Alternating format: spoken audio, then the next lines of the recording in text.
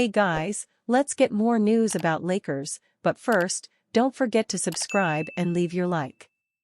Two-time NBA champion drops hot take on Bronny James, he deserved that. TNT's Kenny Smith dropped a hot take on Los Angeles Lakers rookie Bronny James. Smith defended the Lakers' selection of Bronny in the NBA draft amid criticisms that he wasn't ready for the league and was picked only because of his father. "I think as the 55th pick he deserved that," Smith said in an interview published August 26 by ResponsibleGambling.org. "That means that when you're in that second round, we're waiting on you, we're waiting for you to develop. That's what that really means. And he's one of those players who is a McDonald's All-American, he was one of the top guards in his class as a freshman, that's what they're waiting on." Bronny, the eldest son of Lakers superstar LeBron James, had a horrible one-and-done season at USC.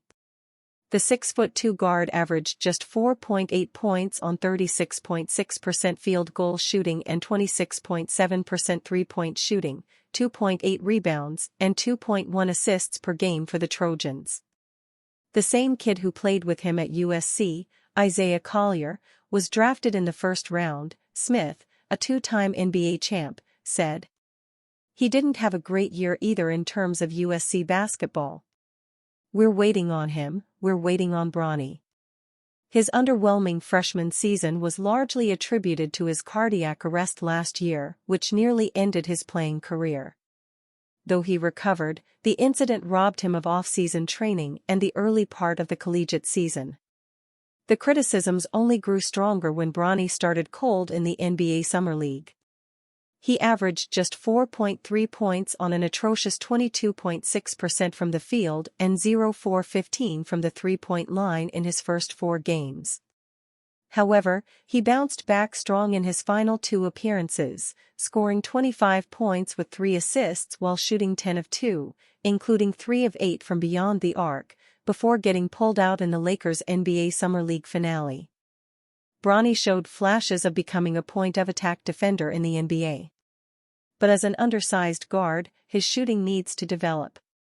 New Lakers coach J.J. Redick referred to Bronny as test case number 1 for the Lakers' new and modernized player development program under his watch. Bronny is expected to spend most of his rookie season in the G League. Lakers owner Jeannie Buss is a big fan of Bronny James. She was the prime mover behind the selection, hence, she vigorously defended it when she appeared as guest August 22 on AM 570 LA Sports.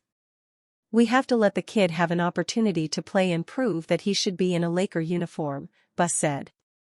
"Everything that we've seen from him and about him and his work ethic and just some of the things that he's had to overcome, being the son of a big star.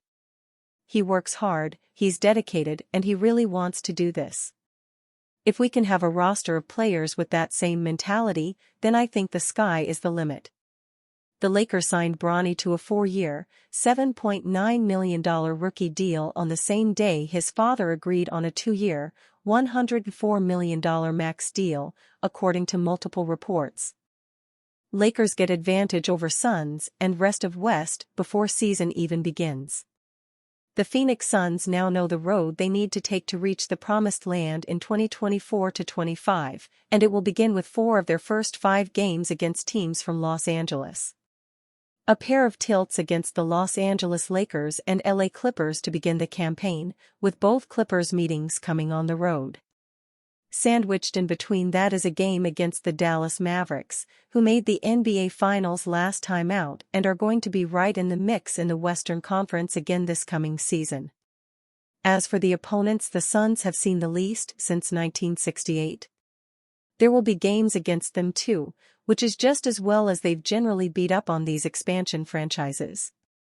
Thanks to the good folks over at Hoops Hype who went and did a little digging on this, we now know that the Lakers have faced the fewest back-to-backs going back to 2004 to 2005.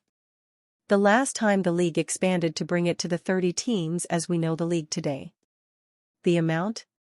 What seems like a sizable 336, until you consider the Atlanta Hawks lead the way at 393. It gets even worse as the Clippers, who they shared a building with up until this season when the Suns will make a little bit of history around that, have had to endure 382 back-to-backs in that same time frame. That doesn't exactly seem fair now, does it? You're probably wondering where the Suns figure in all of this, and it is middle-of-the-road stuff for them. Unlike the Lakers and Clippers who have to get out of town around Oscar season and the San Antonio Spurs on their yearly rodeo trip, there's no reason the Suns are forced to leave the Valley for an extended period of time. They sit 24th, at 354 back-to-backs. Nice as that sounds, there is yet another sting in the tail ahead of 2024-25. The league average for back-to-backs heading into the new campaign is 14.9. Yet the Lakers can once again be found underneath that number, as they'll have to endure 13 of these 2 games in 2 nights scenarios. As for the Suns, they're one of 11 teams who will have to endure 16 back-to-backs, and although that might not seem like much, margins have never been smaller in the Western Conference. This might not count as a massive advantage to the Lakers, but there's no doubt that the second game is generally a slog for the team that's played the night before. Especially on the road. The league might have introduced new rules that allow players over 35 years old to sit and rest on certain occasions, but Bradley Beal isn't one of them. The 31-year-old limited to only 53 regular season games in his first year in the Valley, and who will be expected to be out there when healthy. Just another reason to love those Los Angeles Lakers. Josh Hart, I was disappointed in the Lakers trade. Now consolidated with the New York Knicks, Josh Hart once again spoke about the trade that took him from the Los Angeles Lakers. Participating in the podcast The Roommates Show, the winger stated that he was taken by surprise when he received the information that he was going to the New Orleans Pelicans. According to him, the franchise did not offer such an attractive market, and that is why he was disappointed with the new home. I don't think you'll hear anyone say they were excited about being traded to New Orleans. I wasn't. I was disappointed by the Lakers trade, said Josh Hart. The response drew an amusing reaction from those watching, including singers and former NFL player Tom Brady. The Knicks forward then added, "The only thing that cheered me up was walking around town listening to Lil Wayne and going to all the games." It is undeniable that New Orleans is one of the smallest markets in the NBA. Not surprisingly, the franchise is the 3rd least valuable in the league. On the other hand, Hart was previously in Los Angeles, one of the most attractive cities in the entire country, home to big companies, personalities, and a trendy lifestyle. Therefore, after seeing that his initial speech caused controversy, the player decided to explain himself on social media. "I got traded from Los Angeles to New Orleans, guys. But of course I loved my time in Louisiana," Hart clarified on X, formerly Twitter. The trade, on the other hand, transformed Hart's NBA career. At the Lakers, for example, he was a reserve who eventually started as a starter. Thus, in 2 seasons, he averaged 7.9 points and 3.9 rebounds in 24.4 minutes. In 2019-20, he was part of the package sent to the Pelicans by Anthony Davis. From then on, he started to have more importance on the court. In the New Orleans franchise, after all, he earned a higher average number of minutes and spent 3 seasons of his career. He then left for the Portland Trail Blazers, before ending up at his current home, the New York Knicks.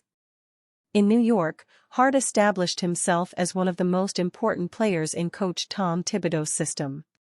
In the regular season, for example, he alternated half as a starter and half as a substitute, replacing injured players.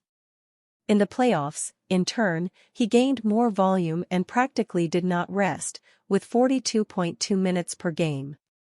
Among the numbers, he had 14.5 points, 11.5 rebounds, and 4.5 assists. And you, fan? What do you think of the situation of Josh Hart? Leave your opinion in the comments.